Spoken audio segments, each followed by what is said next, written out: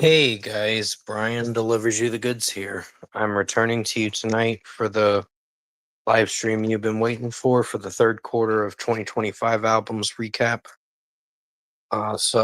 Yeah, I'll let you know what I'm gonna talk about in this third quarter of 2025 albums recap. We're gonna start with the one I heard first for July 4th releases all the way to September 26th. So let's get started.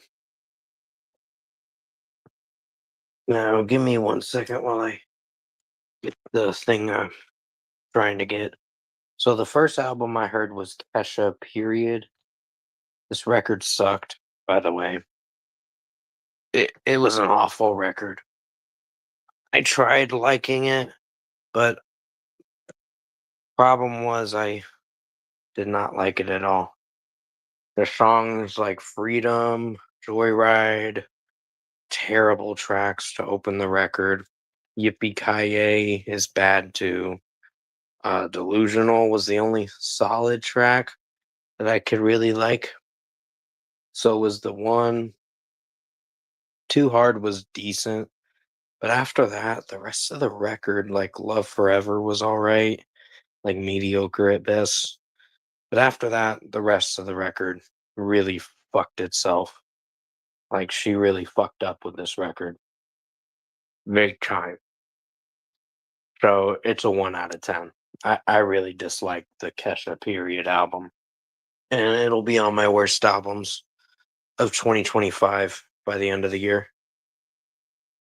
Um, the next record is Born of Osiris and their album Through Shadows. That's the next record I listened to. So let me go look at the songs real quick. I wrote it down on my notebook so I know what songs I am going to be talking about. But overall, Born of Osiris Through Shadows was another one had that I really enjoyed actually. It's not the worst record. It actually is a very strong record. I gave it a 9.5 out of 10.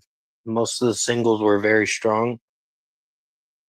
And overall, I think this record did very well for the execution and all that.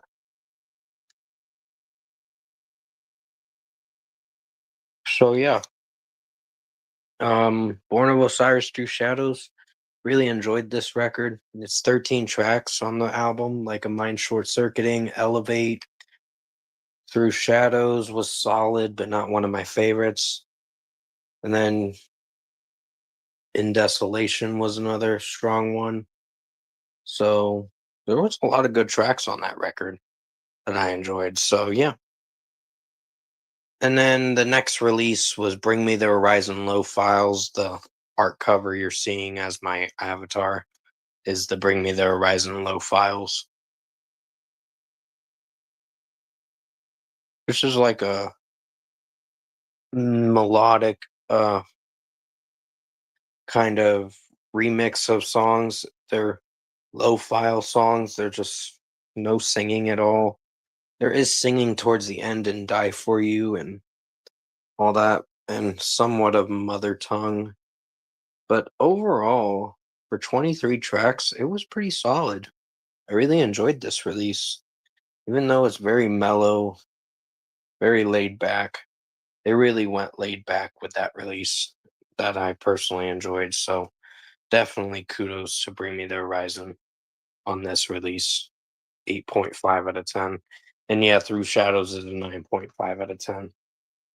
Then Justin Bieber's Swag was a July 11th release that I quite dig in its own way. I think it's decent. It's not his best release, but it's not as good as Justice, but it's overall a decent release. Most of the songs were fairly solid. There's 21 tracks on the Swag, the first Swag album. I know he made a sequel to it on September 5th. I just didn't review it till days later. But overall, it's a 7 out of 10. All I can take is a solid one. So is Daisy's Yukon. Go Baby was a solid one too. So there was quite a bit of interesting tracks that I kind of enjoyed through that record. So 7 out of 10 for Justin Bieber swag. Then Noah Cyrus, I Want My Loved Ones to Go With Me. It's a country record, melodic country album, but it's overall average at best. I didn't hate it for how it sounded. So I'd give it like a 7.5 out of 10. I Saw the Mountains was a decent listen. Most of the songs were fairly decent and good. The only good one was Apple Tree, but after that, the rest of the record was above decent to decent songs. So they weren't the best songs, but they were listenable in their own way. 7.5 out of 10 for that release. After that, we go to the July 18th releases. Slaughter to Prevail Grizzly. Now, I know a lot of people were saying Slaughter to Prevail's Grizzly album was kind of cringe for some metal elitist people, which, hey, that's fine. If they don't like it, that's their opinion, their choice.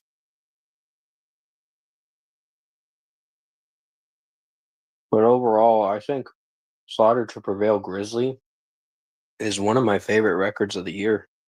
Not gonna be album of the year, but still solid. It's very good material.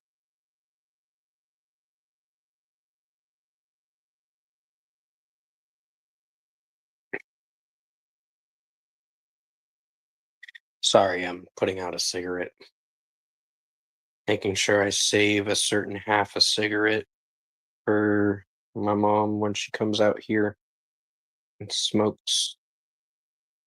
So you know how it is. I saved her quite a bit. Yes, I'm still smoking, by the way. I'm gonna be quitting eventually. Probably as a New Year's resolution, I'll definitely quit. So yeah. Um Slaughter to Prevail Grizzly is a 9 out of 10. Very strong release. I really enjoyed most of the singles like Babaika, Babaika, I believe is how you pronounce it. I don't know if I'm pronouncing it right. I'm Dead featuring Ronnie Radke. It's kind of cringy. It was solid, but I don't know. Ronnie Radke sounded cringy in that track. So you know how Ronnie Radke is. Him and his band Falling in Reverse make the most cringiest music as of lately. They have really risen to a low downfall in their career. And they were never good, honestly. I thought for a time I was going through a Falling in Reverse phase because I thought they were really good, but apparently no. Ronnie Radke is a hypocrite, a bigot, and an asshole. But hey, everyone's gonna believe what they want to believe. Now to the next release, Bush, I Beat Loneliness. A very strong release. It wasn't as good as the last album, um, which I was already forgetting the last album's name. The one with Heavy as the Ocean and More Than Machines. Um, I think the last record, The Art of Survival, yeah, The Art of Survival was probably their strongest to date. But I Beat Loneliness is a pretty good listen. Scars is my favorite. I Beat Loneliness. The title track is pretty solid. Granted, Bush did come out with the most cringiest title for an album name, but as long as it works and the songs execute, it's all that matters. And most of the song tracks are pretty long titles for the most part. Rebel with a Cause actually grew to be a pretty solid track. It wasn't one of my favorites, but it was a nice song to close out the record. Footsteps in the Sand is pretty strong. We Are of This Earth is pretty solid. Everyone is Broken is pretty solid. Don't Be Afraid is a solid track, but it's like 5 minutes of a song. The Land of Milk and Honey is my favorite, but 60 Ways to Forget People was my personal favorite that I personally enjoyed. So, yeah, Love Me Till the Pain Fades is a pretty good one. So, overall, I think Bush I Beat Loneliness is an 8.5 out of 10.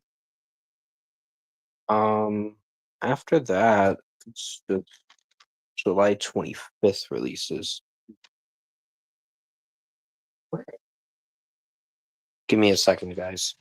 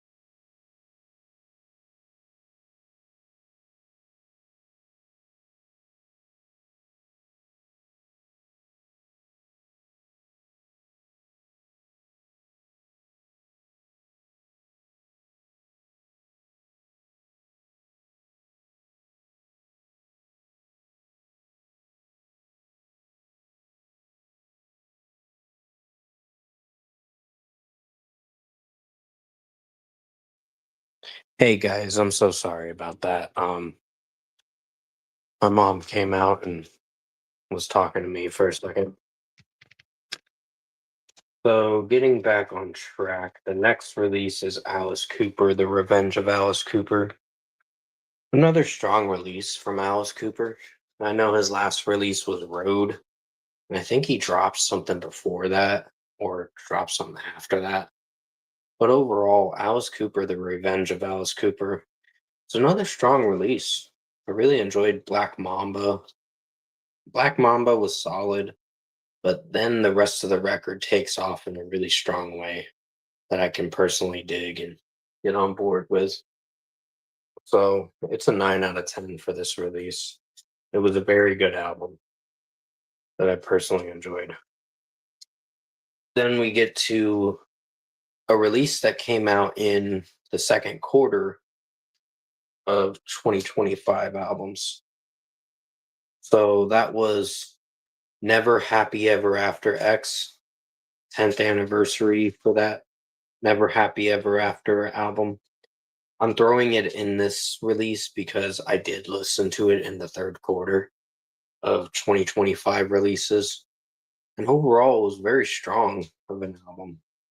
It was another really good one that I can personally dig. So most of the tracks really resonated with me.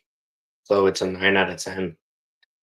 Dial Tones featuring Lucas Woodland of Holding Absence. That was a pretty strong track. So was um, the song Sorry X featuring Michaela Delgado of Yours Truly. That was another strong one. And yeah, um, really enjoyed that release. So definite 9 out of 10. After that, I listened to Styx Circling from Above, which was a July 18th release. Um, that was another strong one that I enjoyed. But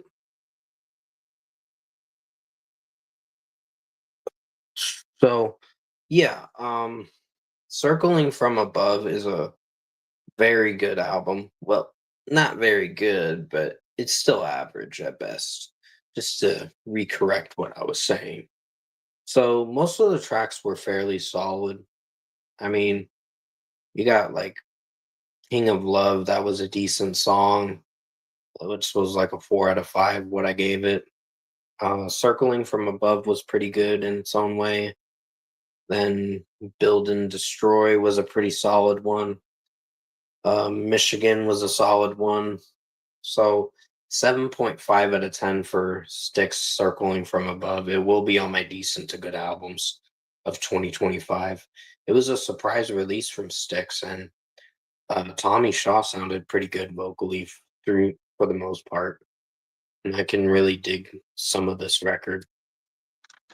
So after that, I went on to the August releases, which is, give me a second, I gotta mute my mic for a moment.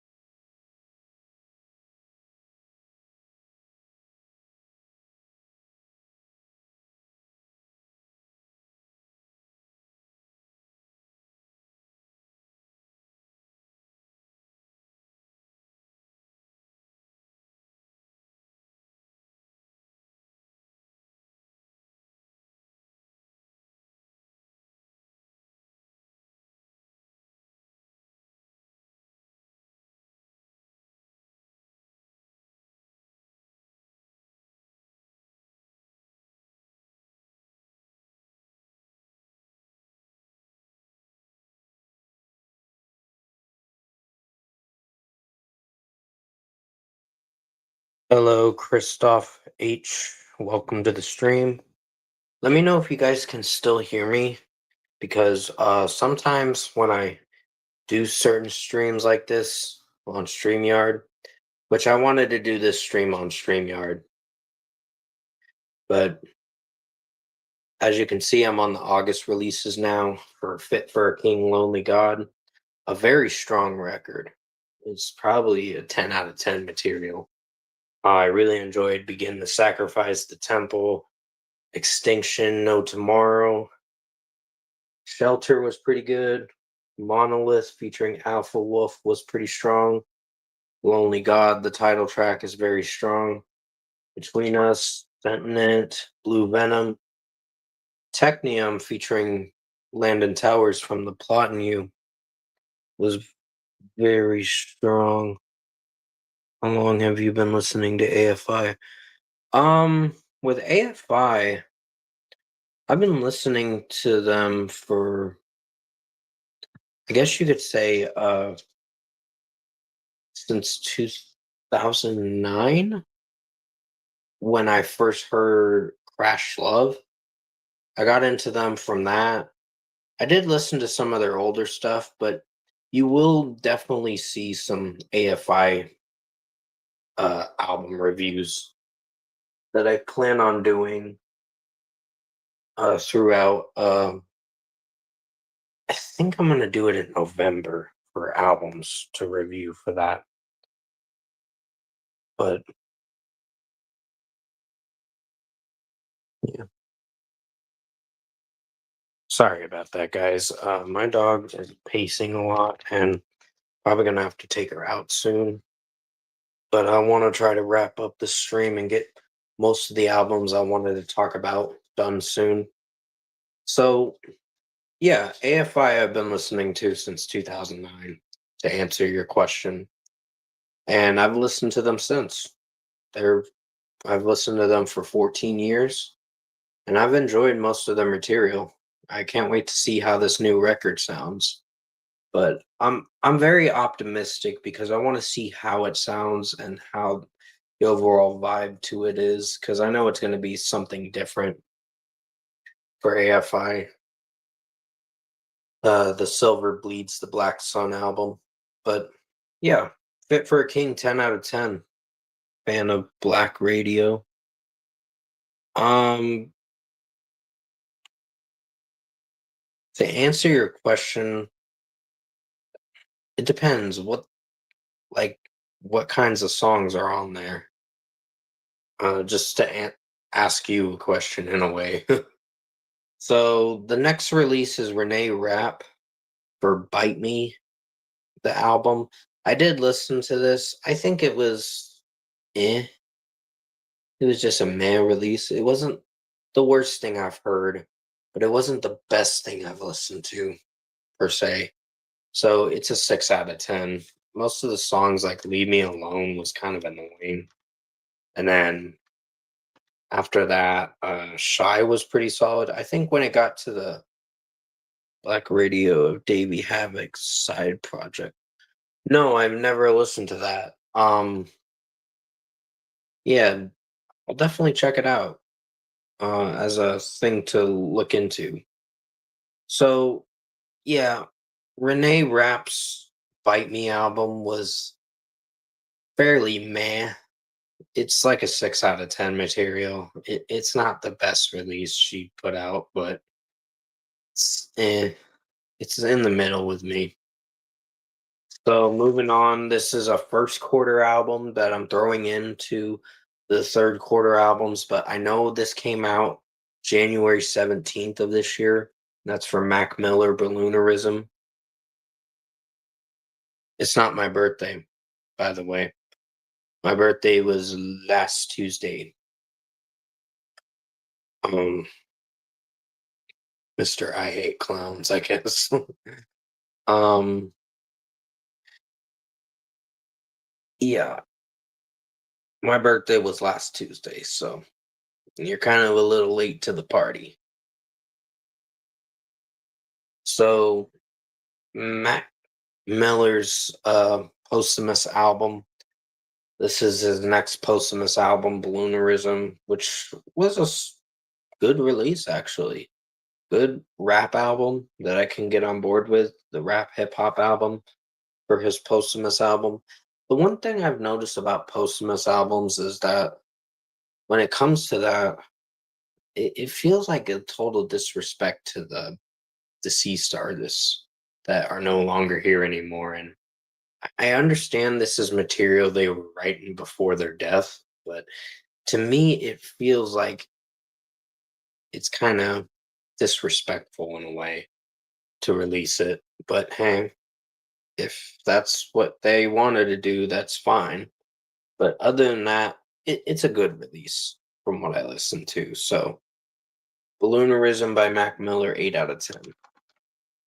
Now we're getting to the August 8th releases. And this had there was like 6 or 7 albums for that day. So Attack Attack with Attack Attack 2, the sequel to the first Attack Attack album, the self-titled.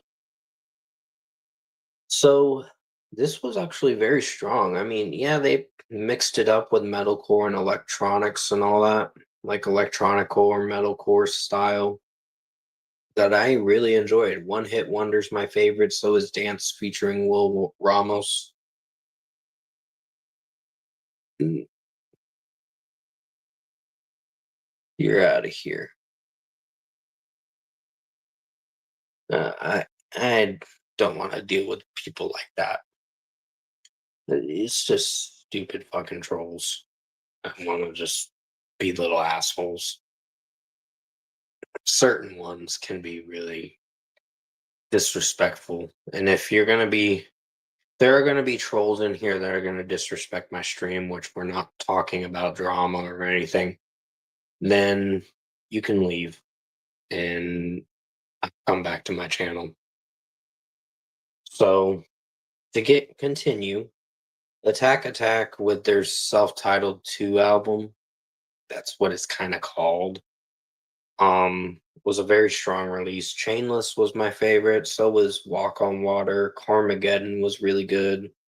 I Complain on Our Metalcore was kind of sus at times at the intro, but it got better as you listen to it. So it's a good song. It's just a little bit of a solid track. So everything else of the record did very well. So I really enjoyed Attack Attack 2, the self-titled 2 album. So 9.5 out of 10. Then comes Baby Metal with Metal Force. Unfortunately, this was not a good record. And it's a shame because most of the release could have been something interesting, but it kind of failed in the execution. So I was very displeased with Kong Kong featuring Bloodywood. I was displeased with Kawaii. That was really bad. And after that, Metally featuring Tom Morello was another bad one. But overall, I think uh Every Day is Purple. Okay, Sandy. Welcome to the stream, I guess. Why is Every Day purple? I don't know. But still welcome to the stream. Please be respectful in the stream.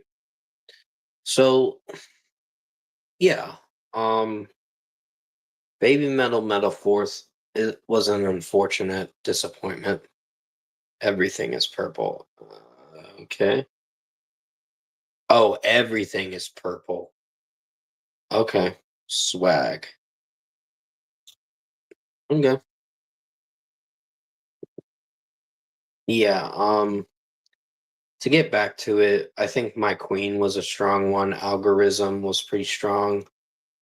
If you're gonna spam in the chat, at least try to be respectful in the stream because you will be hidden if you keep spamming. So White Flame was a strong track, so was Song 3 featuring Slaughter to Prevail.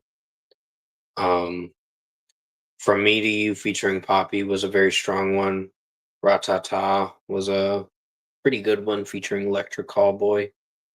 But after that, Sunset Kiss was solid.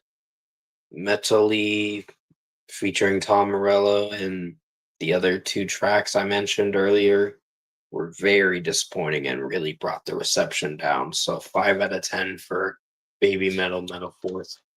I was very displeased with that record. Then comes MGK Lost Americana. Now I know people are saying this is the best release that he's put out. I'm gonna tell you why it's not. Because MGK can't sing for shit. It sounds like shit. This record was shit. I'm sorry, but the first song, Outlaw Overture, it tried to sound good, but in the execution of it all, it annoyed the fuck out of me. Because MGK was singing terribly. So I know he put a lot of heart and soul into this record, but come on, man. You gotta at least put more effort into singing, or at least just rap again if you have to, but at least do your own thing. Um, Can't Stay Here was the only solid track, but I wouldn't say it was the best thing he's put out. But it was probably the only good track on the record. So unfortunately, MGK Lost Americana is a 3.5 out of 10 for me. Then we get to Good Charlotte, Motel Du Cap. This was actually a solid release.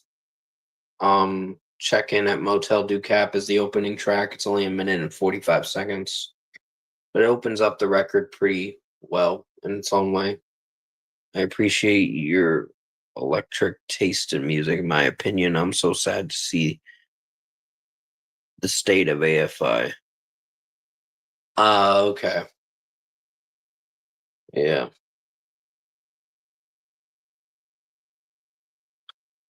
Eclectic. Oh, okay.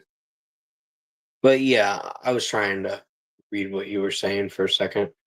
Rejects was a pretty good one in its own way. Stepper grew on me. It took a lot of time to grow on me. And yes, I know I did a track review for Stepper and I gave it a disappointing rating. But to look back at it now, it is not the worst thing on the album. I Don't Work Here Anymore is a little more cringier, but not the worst thing. It's just decent. So is Life is Great featuring Wiz Khalifa. That one's decent too. But after that, Pink Guitar did very well. It's a 5 out of 5 for me. I mean, it's not the best thing I've heard. It's probably like a 4.75 for me to be fairly technical. After that, Bodies was very strong. It is decent, Daddy. Okay, I don't know why you're saying that. Hello, OJ. Welcome to the stream. Um, yeah, but Deserve You featuring Luke Borchelt was a pretty good listen. So was Mean. That was a good song. The rest of the record did fairly well, so it's a 7.5 out of 10, but still the record wasn't terrible. It was fairly average, so not bad. After that, we get to Jonas Brothers, Greetings from Your Hometown. A good release, for sure. Okay, Sandy. Thanks for that. Um, so Greetings from Your Hometown, I Can't Lose was a strong song. I agree with you. Machine Gun Kelly Click is a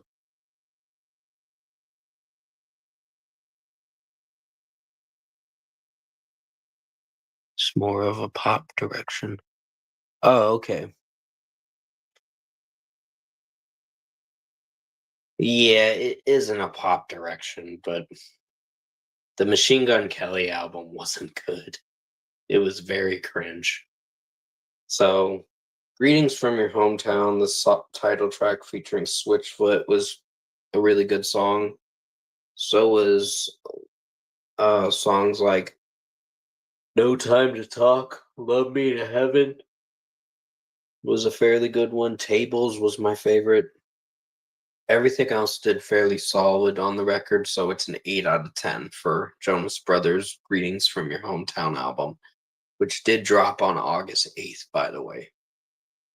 Next is Hailstorm with Everest.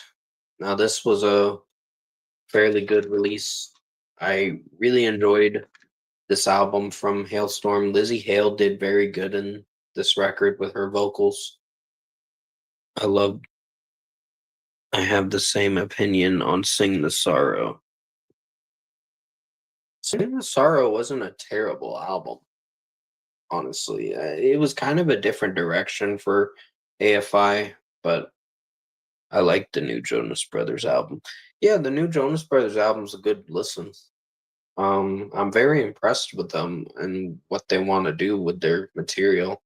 They haven't had a miss in a little while. I mean, they've had a few songs that have been hit or miss, but from what I listened to, they've put out solid material from in my opinion.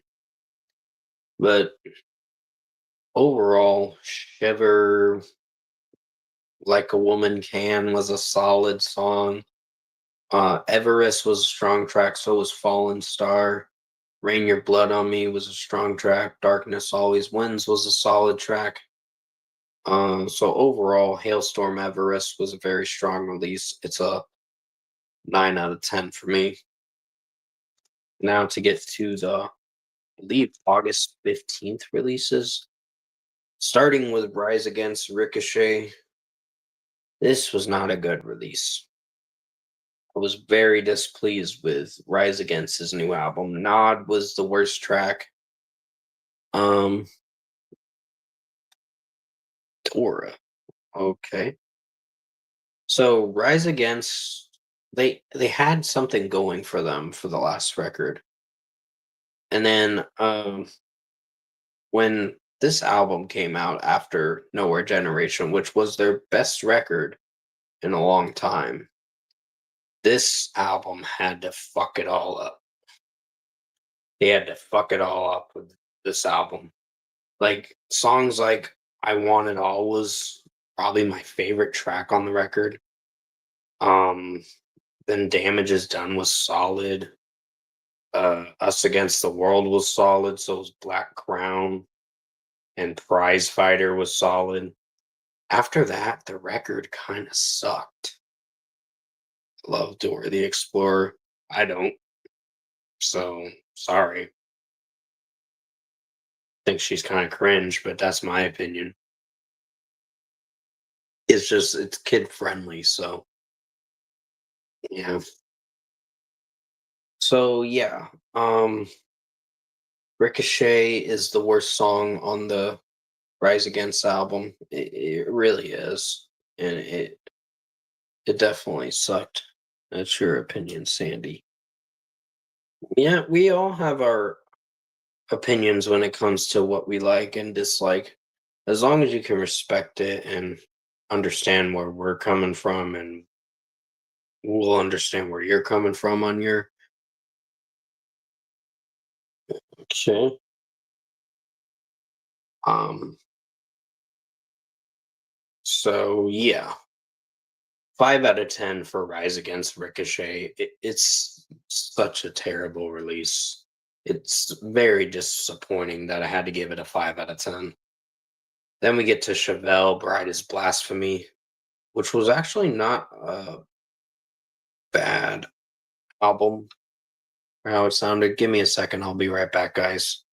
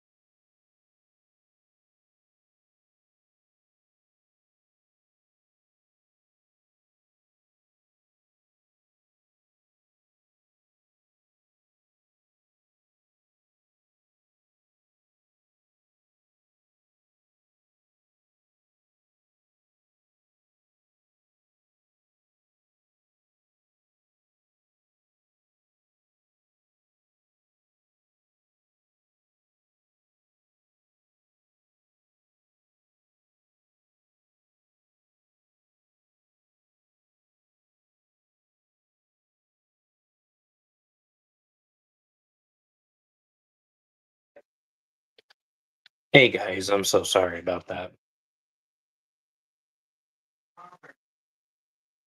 Huh? Oh, yeah. So, to get back to it, Chevelle, Bride is Blasphemy. Their new album was average. It wasn't like the best thing I've heard because of Jim Jones Cowards Part 2 being quite a disappointing track. Um, Rabbit Hole was probably my favorite. Cowards Part 1, in my opinion.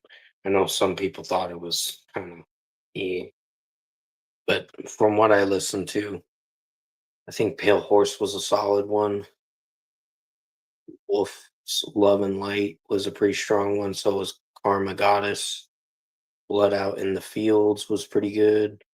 AI Phobias and Shocked at the End of the World was very strong. You're out of here. Someone's trying to troll just to.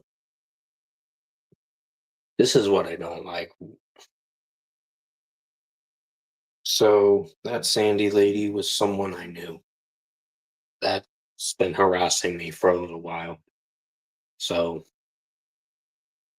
pretty much people that want to harass me like that can eat crap, basically eat shit. So trolls suck. Yeah, some of them do, but still, we got to continue on with the rest of this so I can give you a proper stream. Hopefully, you'll enjoy, and I hope you've been enjoying it for the most part. So, yeah, 7.5 out of 10 for Bright is Blasphemy. It was an average listen. It wasn't the best thing they put out, but it was fairly solid material. Then we get to Maroon 5, Love is Like. I know a lot of people said this wasn't the best Maroon 5 album. Granted, it's not the best release, but it's better than Geordie. From what I listened to, Hideaway was probably a good song. It was probably a good song. So was California. Love is Like featuring Lil Wayne was meh. Not the best release, but not a solid one. It was just in the middle with me. So was All Night. That was a 3.75 out of 5 for me. It was mediocre. And Yes I Did was okay. So was Priceless. That was average. I Like It featuring Sexy Red was quite annoying. It was disappointing and also not a good song. So overall, the rest of the record was iffy. Closer is my favorite song. Love is Like. I don't think I listened to that. I did not listen to the deluxe. I can tell you that much. But I'll definitely check it out. But overall, Love is Like's a 6 out of 10. It's just man. And now we're getting to the August 22nd releases. There was a lot of albums on August 22nd. It's on the deluxe. Yeah, I know. I know there's some songs on the deluxe from Maroon 5 for Love is Like. But to get back to it, 3 Days Grace Alien Nation was the first album I heard for the August 22nd releases. Very good release. Probably a very strong release. The only song I had that I thought was solid was Don't Want to Go Home Tonight and The Power. Those were solid tracks. Everything else did very good. This record was out of the park. Amazing. This was probably 3 Days Grace at their best in a long time. And I'm grateful that they put out the best album with Matt and Adam singing combined. Did very well with their harmonizing through this record. And In Cold Blood was my favorite track. So was In Waves. Another Relapse was a good one. Dominate, Apologies, Mayday, Kill Me Fast. Alienation was a pretty strong one. So was Never Ordinary. Overall, this record amazed me with how it sounded. So 9.5 out of 10 for this album. Then we get to Deftones' Private Music, another strong release from what I heard. Definitely a fan favorite. My Mind is a Mountain is a great song. So is Locked Club. That was a solid track. Then you have Ecstasis. So that's a 5 out of 5. So is Infinite Source, Souvenir, CXZ, I Think About You All the Time, Milk of the Madonna was probably my favorite one of the singles, and Cut Hands and Metal Dream were solid, but Departing the Body was the best song to close out the record. So 9 out of 10 for Deftones Private Music. Chino Marino's singing did sound pretty ominous, but it worked with the flow of the record. So I was very amazed with how it started and how it ended. So using 8 strings on that album. Oh, okay. So yeah, Deftones did very well with their new album, Private Music. And yeah, 9 out of 10 for that album. Then we get to We Came as Romans, All is Beautiful Because We're Doomed. Hello, Big. What's up? Welcome to the stream.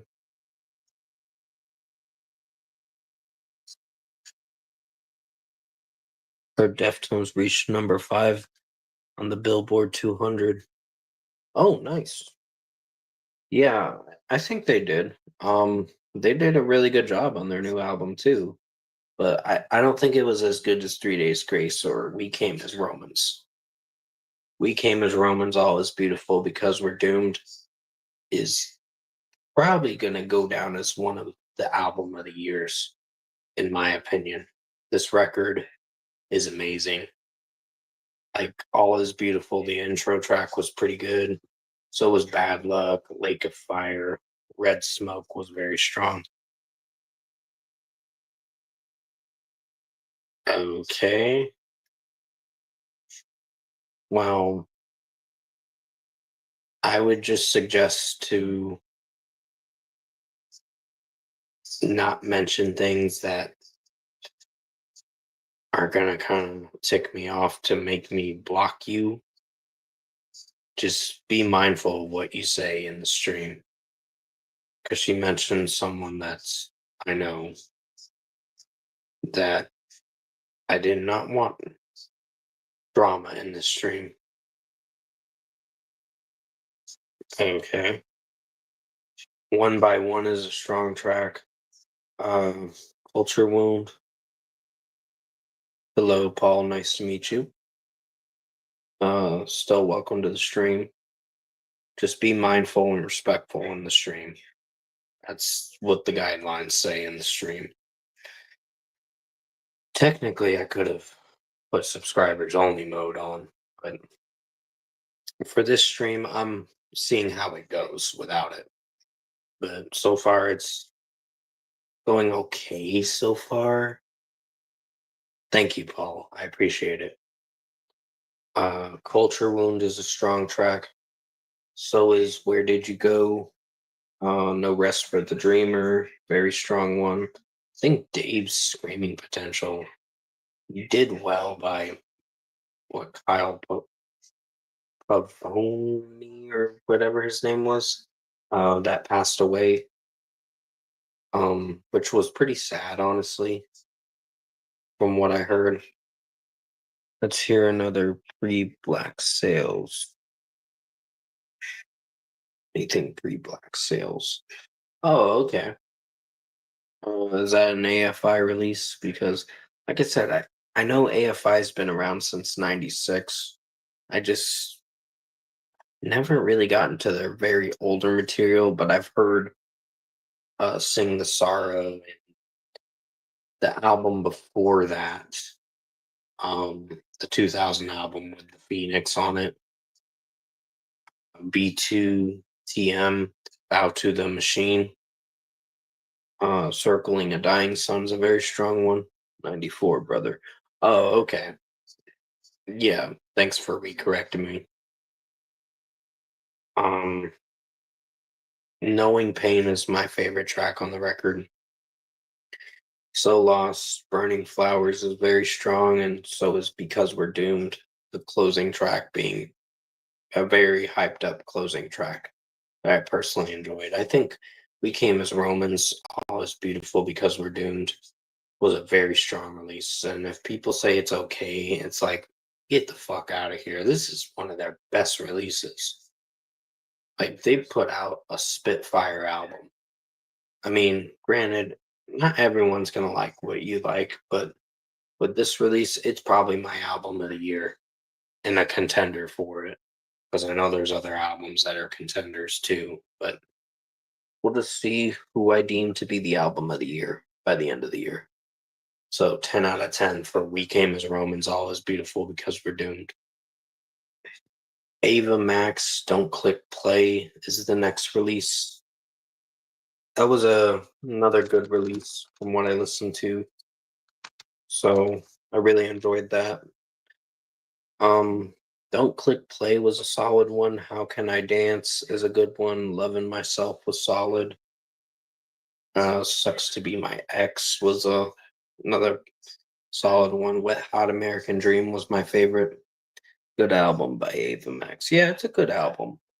I have a few critiques with the album, but I didn't hate it for how it sounded. So yeah, it's got a lot of interesting tracks on here. Good pop, dance pop songs on here, and dance disco pop albums that really turned out to be a good listen. So Don't Click Plays an 8 out of 10 for me. Ava Max did a pretty good job on this record in her own way. It's a good listen. It's not like perfect, but my favorite one. Oh, okay. Yeah, that was a solid one. I think Wet Hot American Dream and Catch My Breath were my favorites. Then we get to the next release, The World is a Beautiful Place and I Am No Longer Afraid to Die. Dreams of Being Dust. This was a pretty good album. I mean, granted, the title of the band's name is like, what the fuck is this? So I checked them out, and I can say for sure that this is a pretty good album. And granted, it's more prog metal kind of stuff, but does have metalcore influence and all that with it. But it overall did very well for the heavy metal, prog metal kind of style they're going for with this track or this album. And overall, Dreams of Being Dust is an 8.5 out of 10. Pretty good listen. Then we get to Sierra CC.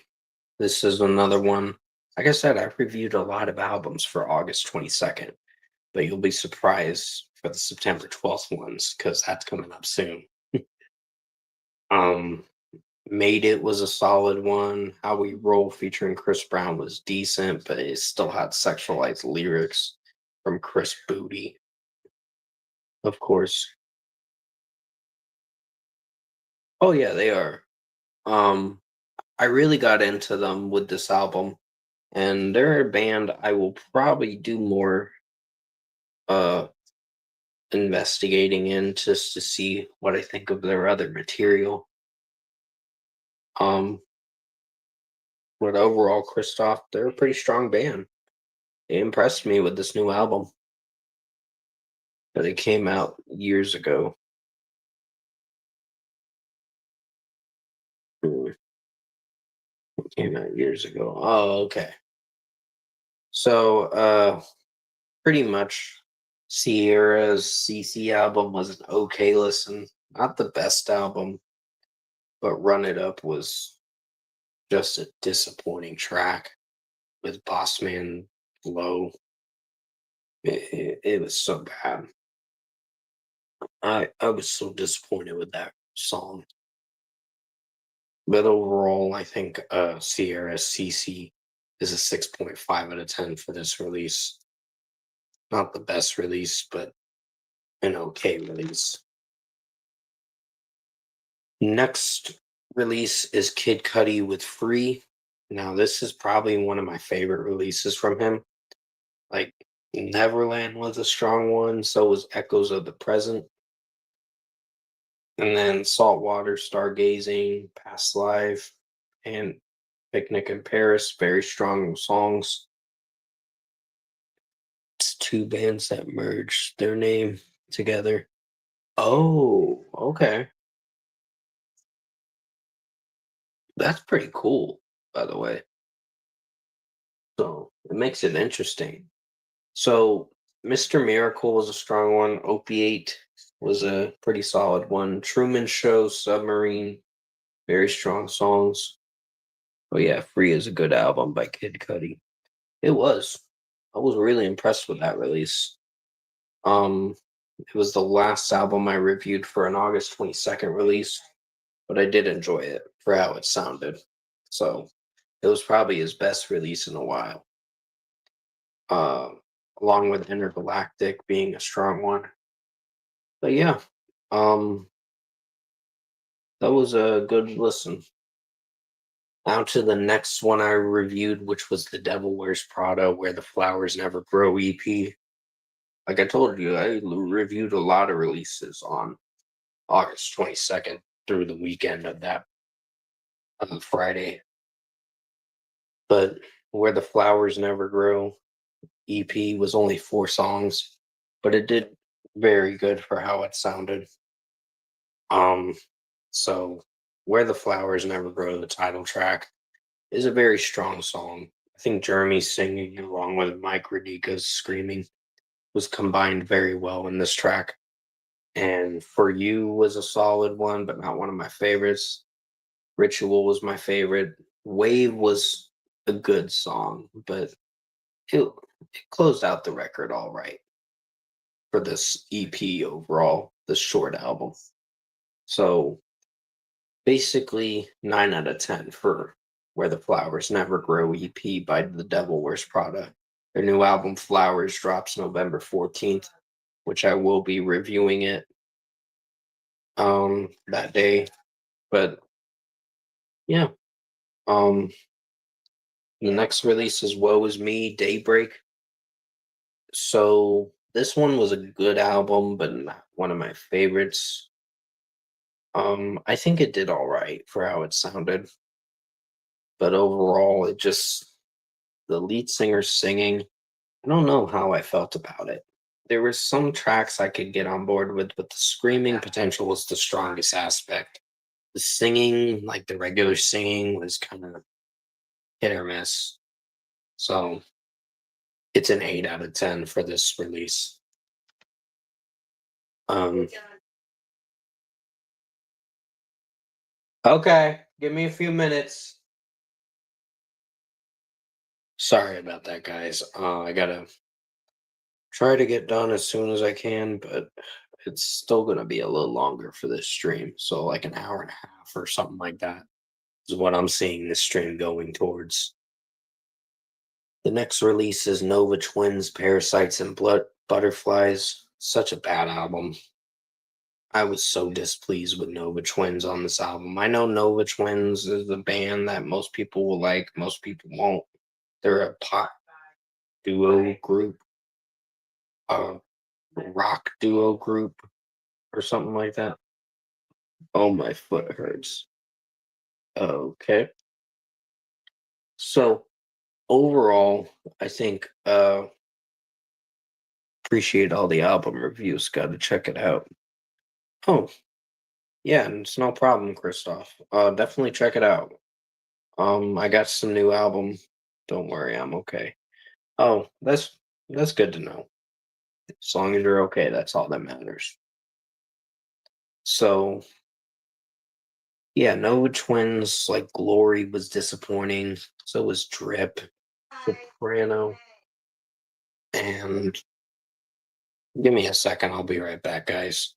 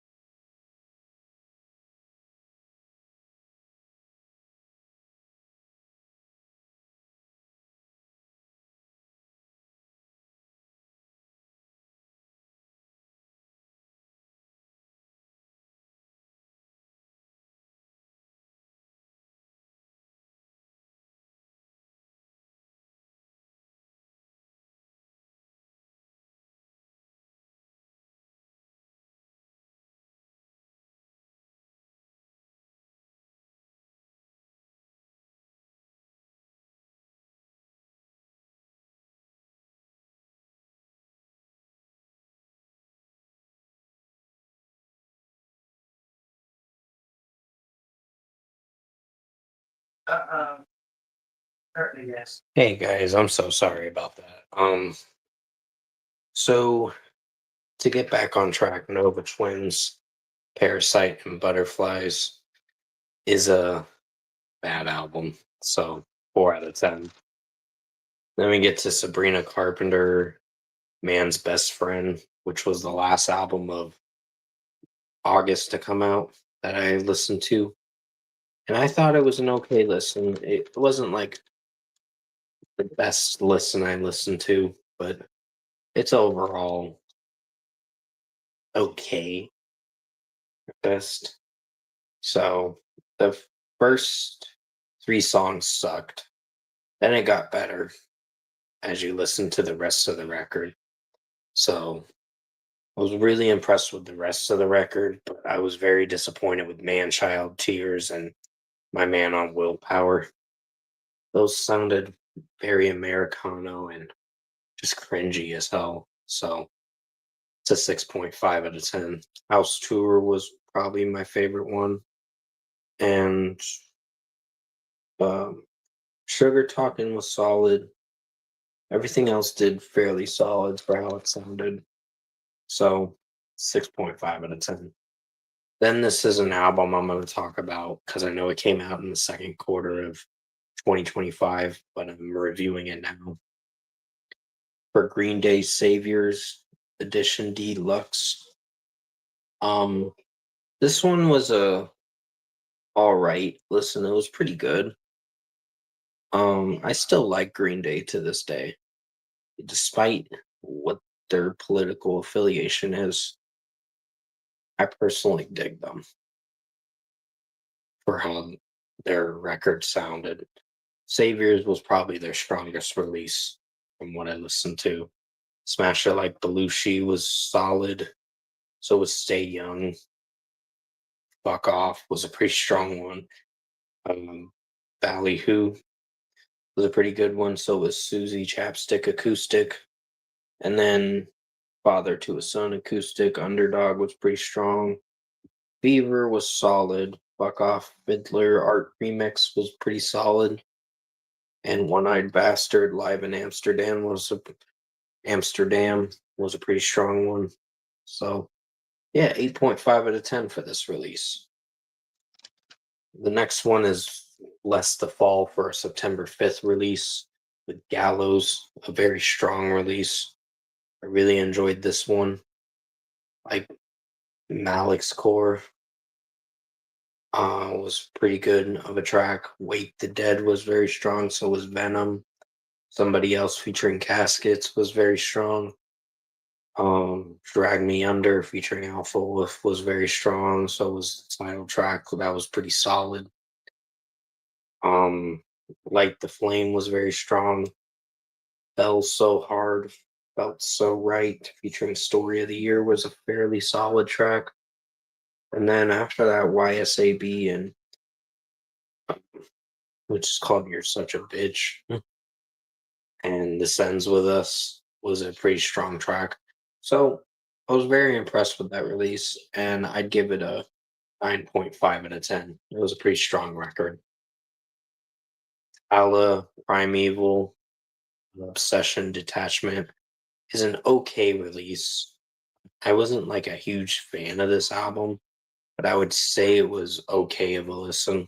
So 6.5 out of 10. I got not much more to say about it other than the fact that I thought it was solid material. Then we get to Justin Bieber Swag 2. This is another album that I thought was meh. It was probably weaker than the first Swag album, but it's overall all right for how it sounded. So Speed Demon was all right. So was Better Man. That was, I guess you could say, fairly mediocre. Love Song was solid. But overall, this record, like Poppin' My Shit, was featuring Hurricane Chris was not a good song. Everything else about the record did all right, but execution wise, I think it's a 6 out of 10 for this release. Not the best release, but not the worst thing I heard. So,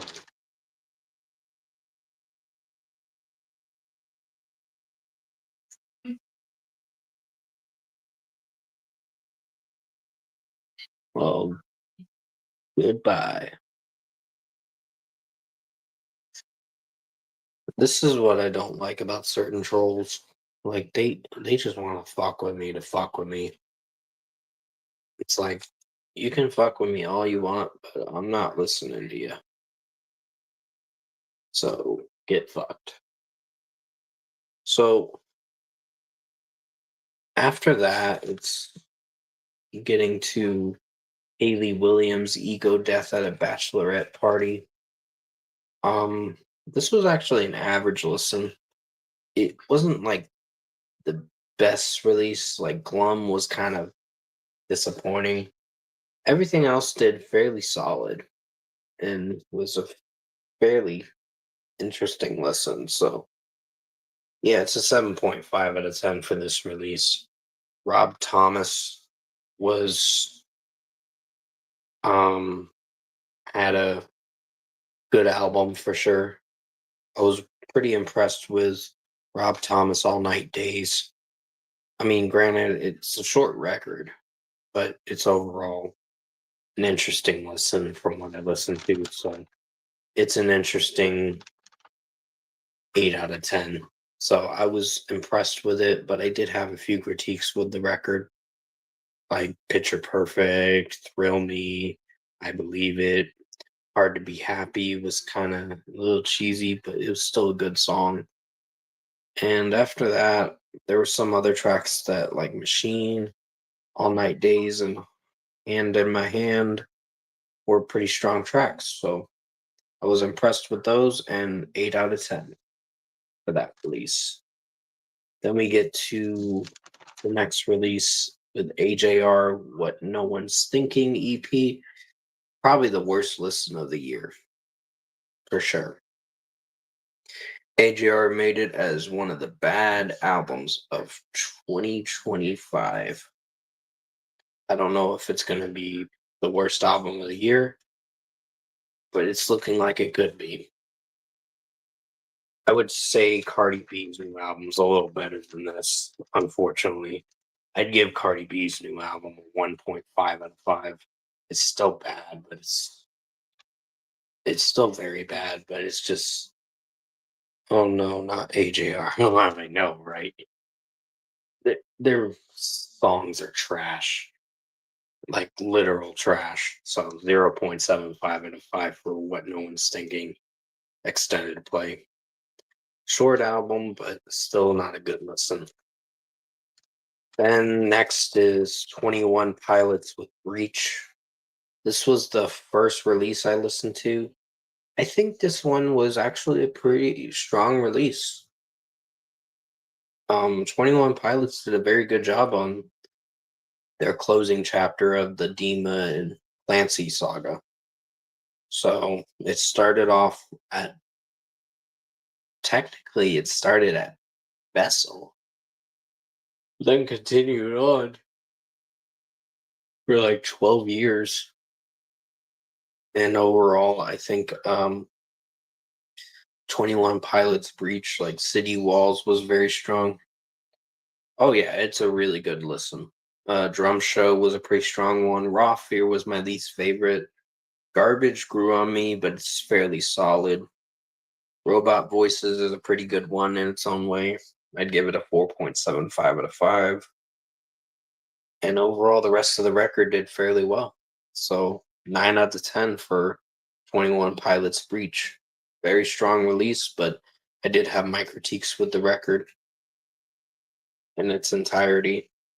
But the only songs like Days Lie Dormant was pretty strong. So was Tally. Intentions was the best closing track to close out the chapter of the Clancy and Demas saga. So really enjoyed that. So 8, 9 out of 10 for that release. Next is Silverstein Pink Moon, a very strong release that I personally enjoyed. Um, really enjoyed I Love You, but I Have to Let You Go. Solid track, but not like the best opening one, but did fairly well. Negative Space was very strong. And then you have Drain the Blood featuring Rory Rodriguez of Dayseeker. Very strong track.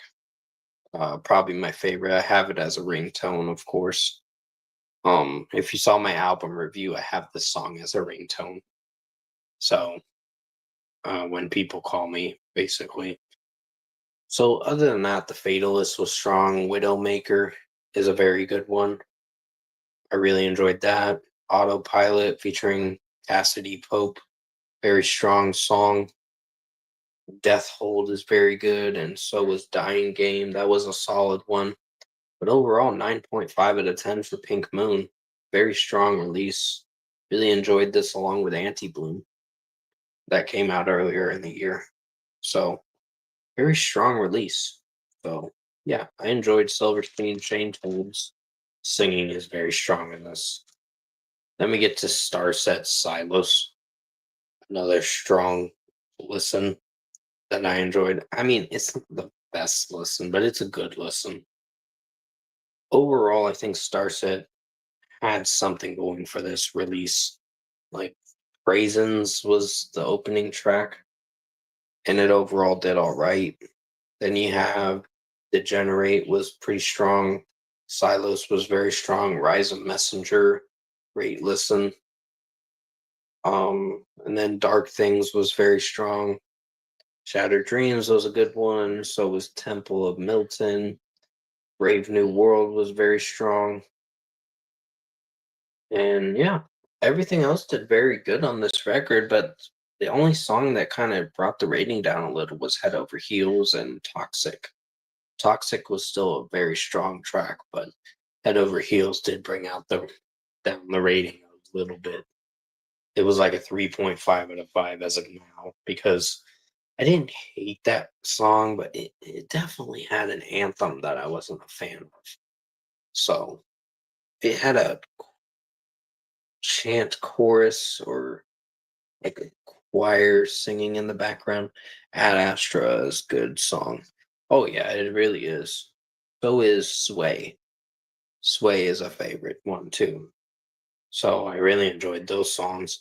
I enjoyed the story they tell behind the tracks and the music video. It's really interesting. So both music videos. So I really enjoyed that. So 8 out of 10 for Starset Silos. Then we get to Never Tell Start Again, which is a very strong release. Another 10 out of 10 for sure. Did It All is my favorite. So is Criminal. Break the Silence featuring Sleep Theory is very strong. Good Intentions is another good one. And Sacrifice was really good. Losing Faith. Miles Apart, Some Things, very strong. So yeah, it was a perfect record. 10 out of 10. And I enjoyed it when I listened to it on September 12th. The next release is I See Stars with the Wheel. Um, Very good listen. I really enjoyed this for how it sounded. Spin It was a 27-second opener. The Wheel was a very strong listen. Um, Eliminator was really good.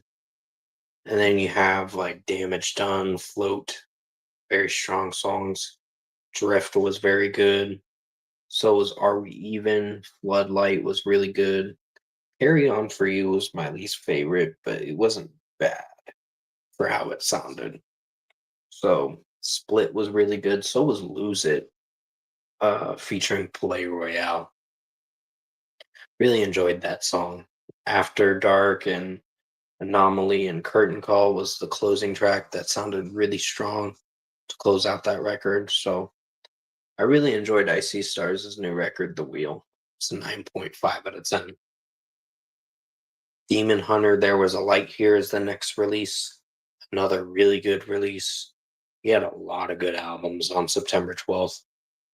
And some of them were good, some of them were iffy. But overall, I think I See Stars was my favorite, but my favorite one was Never Tell. And yeah, there was quite a bit of potential with most of these albums on September 12th. But My Place in the Dirt was a strong track. Sorrow Light the Way was pretty good. Light Bends was a pretty strong one too. Um, The Pain in Me Is Gone is another good one. By a Thread is good. So is I'm Done. Ouroboros. Ouroboros is a pretty strong one. Breaking Through Me was solid. So was Overwhelming Closure. Hang the Fire was pretty strong. So was Reflected, and the title track was the closing track. But it did very well, this record. So 9.5 out of 10 for this album. Next is Lorna Shore with I Feel the Ever Black Festering Within Me. This one really did have a lot of potential, but it's squandered when War Machine. When I heard that, I was a little displeased with that song. I didn't hate it, but I think it's a pretty good one, but I have some critiques with that song, with its execution and everything. Prison of Flesh was pretty strong. So was Oblivion, and Darkness was strong. Breakable, Glenwood. Lionheart was another strong one. Give me a second. I'll be right back, guys.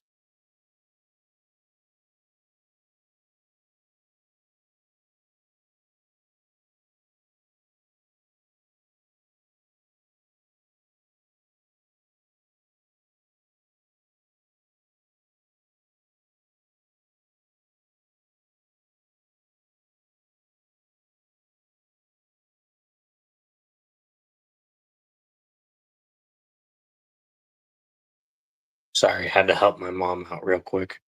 But to get back on track, Nameless Hymn, Death Can Take Me is very good. So is Forevermore, but War Machine really brought the rating down a little. So it's a little weaker than the last record, Pain Remains, but it's a 9.5 out of 10. Next is Ed Sheeran with Play. This one was another release that I thought was okay, but not the best release. So it's a 6.5 out of 10. Azizum was okay. Sapphire, a little more, was mediocre. But overall, Ed Sheeran's dropped some material that it's kind of going in the pop friendly kind of style. But overall, some of the songs towards the end of the record did fairly solid. So 6.5 out of 10 for Ed Sheeran Play. Not the best release, but not the worst release. Then we get to Between the Buried and Me, the Blue Nowhere. That was a pretty strong release. There were some pretty solid songs. Pause was kind of solid, but everything else did very good on this record. I was very impressed with Things We Tell Ourselves in the Dark. God Terror, Absent Thereafter was a very strong track. Door number 3 is pretty good. So is Mirador Uncoil. Psychomantium was pretty strong. Slow Paranoia, The Blue Nowhere, and Beautifully Human was really good to close out the record. Started great, ended very well. So 9.5 out of 10 for The Blue Nowhere by Between the Buried and Me. Next is Daughtry with Shock to the System Part 2. Don't Look Down is a good song. Don't Oh, by Ed Sheeran. Yeah, that was a good song. Um, yeah, I actually enjoyed that track. So Daughtry Shock to the System was a really good listen. I was really impressed. The Seeds was the opening track. The Bottom and Terrified were solid tracks. So was The Seeds. Divided and The Day I Die are very strong ones. So was Razor and Antidote Full Mix. Very strong tracks, but overall this record did fairly solid. So 9 out of 10 for Daughtry's Shock to the System Part 2 EP. It is the second release from the Shock to the System Part 1 from last year, but this one was probably even as good as the first part. Daughtry has been putting out some pretty strong material as of lately.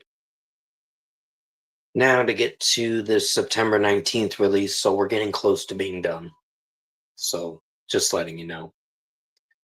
I Prevail Violent Nature album was actually another good one. Synthetic Soul was pretty strong. So was New World Order. Prey was very good. Annihilate Me, Violent Nature, Rain, Into Hell, Crimson and Clover was a really nice one. And God and Stay Away are very strong tracks. This record was probably another contender for album of the year, but it did very well for how it sounded. I think Eric did very well. I like I Prevail album Trauma. Yeah, I do like that one too, and I like True Power as well. This True Power, they wanted to try something different with that record, and it didn't do so bad. So this one actually did really well too. This is I know it's not with Brian Burkheiser in this one, but I think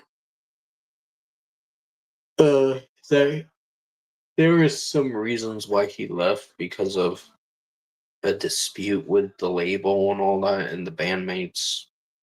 I don't know, there's some drama hidden under that line of uh discomfort that they're dealing with. I Prevail and Brian Burkheiser. So I think Brian Burkheiser should be allowed to release the music he wants to release, even if the contract says, "Oh, we have to block your release." So it's like that's stupid. Just let the man release what he wants and just do your own thing. There wouldn't be any problems if he didn't block the song. So that's kind of looking not so good on yourself. But other than that, Violent Nature was a really strong release. I mean, I'm trying to stay in the middle between the whole Brian Burkheiser and I Prevail drama, but that's their own business to deal with. Um, just let them deal with it the only way they can civilly and just move on with your day, basically. So, other than that, it's a 10 out of 10 for I Prevail Violent Nature. Next is Bad Wolves Die About It Deluxe Edition review. This was another okay listen. I mean, the album, the regular edition, is probably the weakest aspect of it because of Die About It being the weakest song on the album. It's still weak as hell. Bad Friend intro, which introduces Bad Friend and the intro track, and it overall was meh. So, other than that, this record's okay. It did all right for how it sounded. The rest of the songs did very well.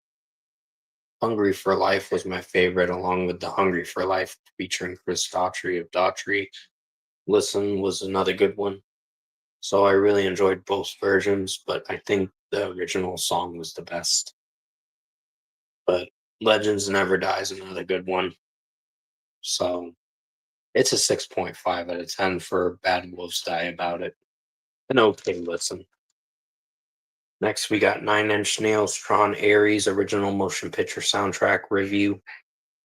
This one was a man release.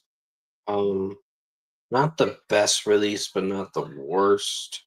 I think this one could have done something better, but I think this one's a 6 out of 10. Nine Inch Nails is not like my favorite band to listen to or pop band or whatever. But they overall did all right with this release, but it's fairly in the middle with me. 6 out of 10. Some of the songs are very forgettable. Then comes Cardi B, Am I the Drama album. This was a horrible release. Most of the songs did pretty much suck. And if I were to give it a score as of now, it's like a 1.5 out of 5 for this release. It There were certain songs thought were doing a little better, and the overall production and mixing in this, like the beats and all that, through most of the songs did fairly well, except for the last two tracks. And Bodega Baddie was the worst of the worst. It was annoying as shit. So yeah, 1.5 out of 5 for Cardi B and My the Drama. Not the worst record of the year, but gonna be in the top 5 of the worst albums of the year. So yeah, it's another bad release.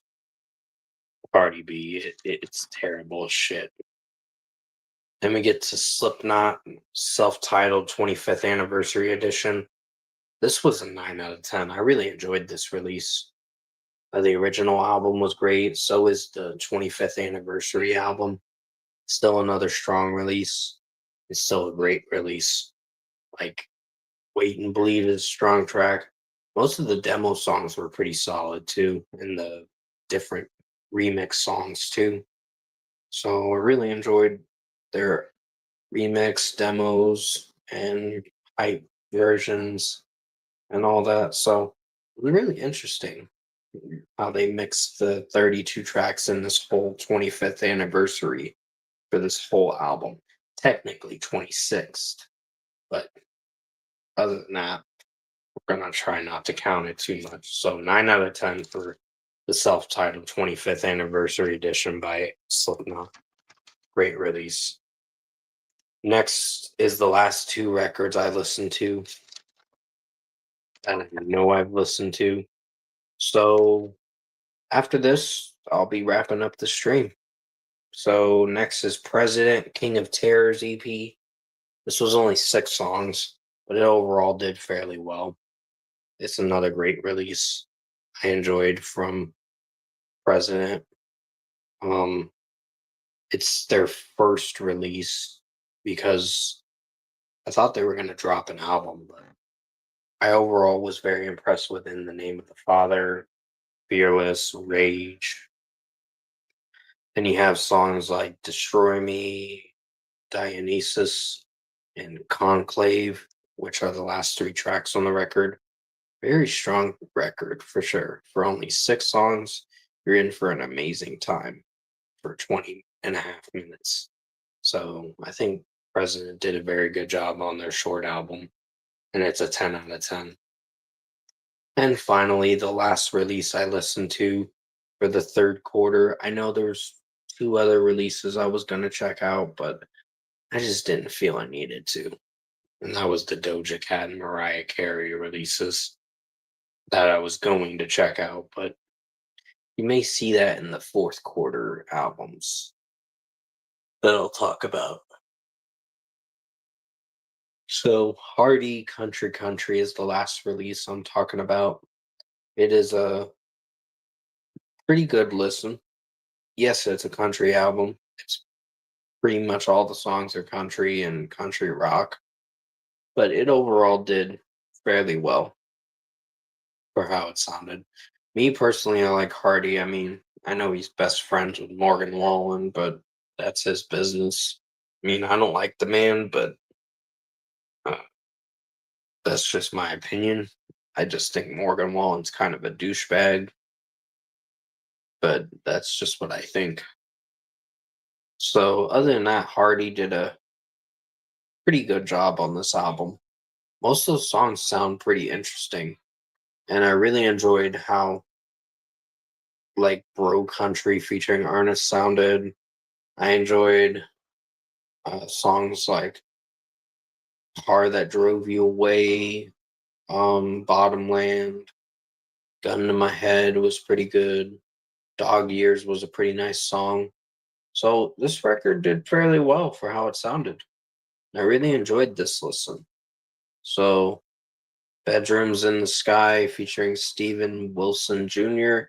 is another good one.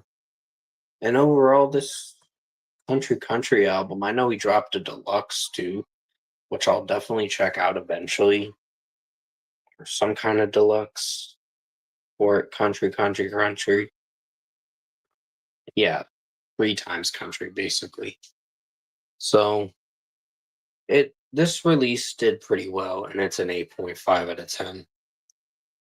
So that is going to be it for the third quarter of 2025 albums recap. This is what I listened to in the third quarter. Some of the albums I mentioned were from the first and second quarter, and other ones were like releases that I wanted to check out. And I know Doja Cat V is the next one I was going to check out, but I may pass on that because I don't know, with Doja Cat, her releases are not that special or great.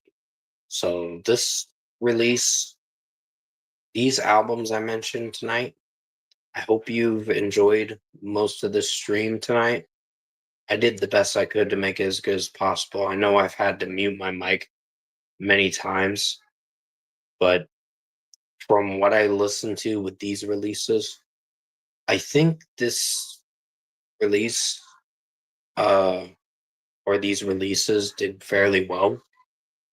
And yeah, I'll have another vertical stream coming out for a YouTube live stream coming out tomorrow, the next day. I know I've been promising you that I was going to do a YouTube live stream, but I haven't gotten around to it because of the fact that I was very busy last week and going into the new week. Now I'm going to go for my learner's permit tomorrow. Hopefully it works out. I just got to make sure I have the money to do it. But until then, guys, I appreciate you guys watching the third quarter of 2025 albums recap. I will have more content coming out during the week and towards the weekend. But until then, you guys have a good rest of your night. And to the trolls that came in the stream and tried to fuck with me, fuck off. Don't come back to the stream. You're not welcome. You are banned for sure. Because I don't want to deal with that crap anymore. So other than that, I'm gonna close it out by saying thank you so much for watching this third quarter of 2025 albums recap. I appreciate you guys watching. I will return to you for an album review or so in the next day or so, and some movie reviews during the weekend. And as always, I will see you guys in my next review. Have a good night, guys. Thanks for watching.